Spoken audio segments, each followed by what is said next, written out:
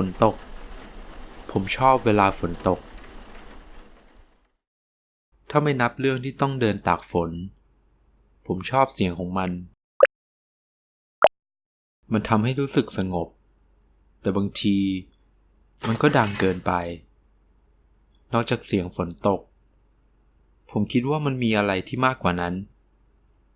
ผมรู้สึกสบายใจเมื่อรู้ว่าฝนกำลังตก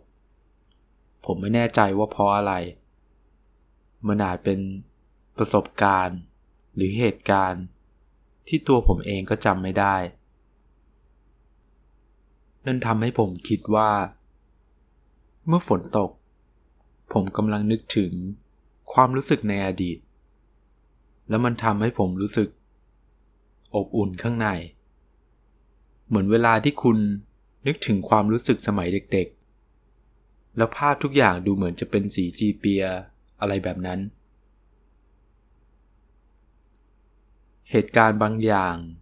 เราจำเรื่องราวของมันไม่ได้ด้วยซ้ำแต่เราจำความรู้สึกของมันได้พอมาถึงตรงนี้ทำให้ผมมองย้อนกลับไปเวลาที่ผมกำลังคิดถึงใครสักคนที่ผมคิดว่าผมมีความรู้สึกดีๆด้วยแต่ว่าผมกำลังคิดถึงคนนั้นจริงๆหรือผมกำลังนึกถึงความรู้สึกของตัวเองผ่านคนนั้นกันแน่ผมไม่แน่ใจว่า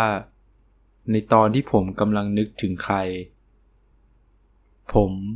คือคนที่เห็นแก่คนอื่นหรือผมเป็นคนที่เห็นแก่ตัวมันอาจจะฟังดูแย่แต่จริงๆแล้วสำหรับผมมันก็เป็นของมันอย่างนั้นเองความเห็นแก่ตัวอาจจะไม่ได้เป็นเรื่องเลวร้ายก็ได้ถ้ามันไม่ถึงกับไปเอาเปรียบใครคุณอาจไม่เห็นด้วยแต่ผมคิดว่าเราทุกคนมีความเห็นแก่ตัวเป็นพื้นฐานมันไม่ได้เป็นสิ่งที่น่ารังเกียจผมคิดว่ามันเป็นสิ่งที่สวยงามด้วยซ้ำมันทำให้เราอยากพัฒนาตัวเอง